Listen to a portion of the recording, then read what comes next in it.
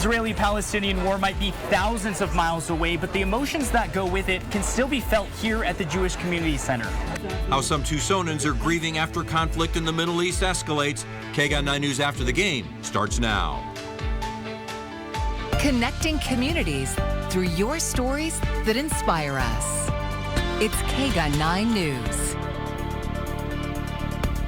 Good evening. Thank you for joining us after the Monday Night Football. I'm Pat Paris. Heidi Laga has the night off. We begin in the Middle East and the decades-long conflict between Israel and Palestine escalating after a deadly surprise attack by Hamas on Israel. The Israeli Defense Force says the strike by the terrorist group Hamas included firing hundreds of missiles, killing nearly 1,000 Israeli citizens. The White House says 11 Americans may have also died.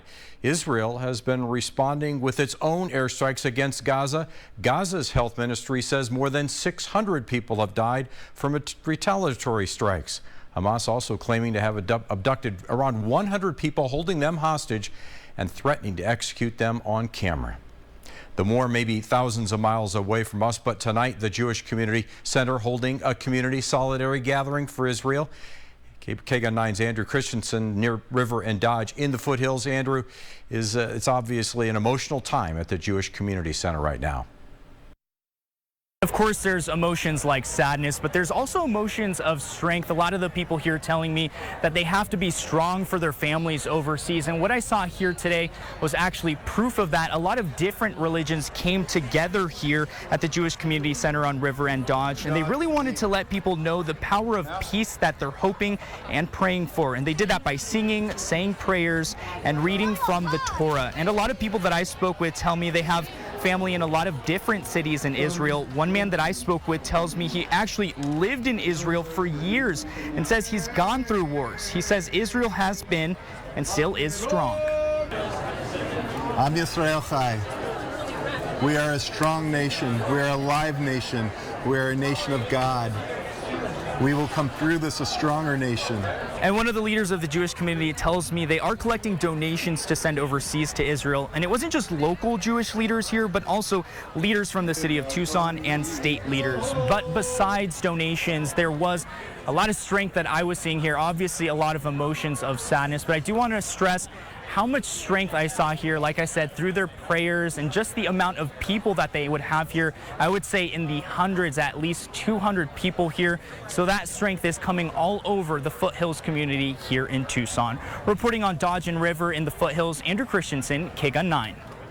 Also this afternoon in downtown Tucson, a rally to show support for the people of Palestine.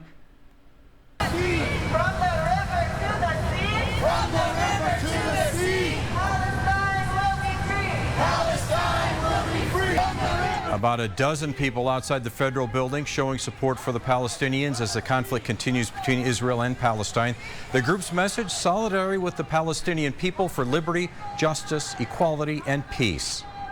Historically, Gaza has been one of the most important areas in the world. I spoke today with the University of Arizona history professor who's an expert on Palestine about the historical importance of the Gaza Strip. Gaza itself was an ancient seaport. It goes back millennia, and Palestine as a whole has been a crossroads of civilizations connecting Europe and Asia and Africa for millennia. And for centuries, people of all different faiths, all different ethnicities have lived together there peacefully. I think the solution has to be one that's based on sharing the land and not one that's based on dividing or controlling land for one group or another. Yes. Professor Nassar is currently writing a book about the history of Palestine's people. In response to the ongoing fighting, Representative Raul Grijalva releasing a statement. Grijalva saying, quote, "This senseless violence must end. A committed peace process with honest brokers is the only way to end the cycle of murder and destruction." He goes on to say, "We must stand with Israel as it protects its sovereignty and its people."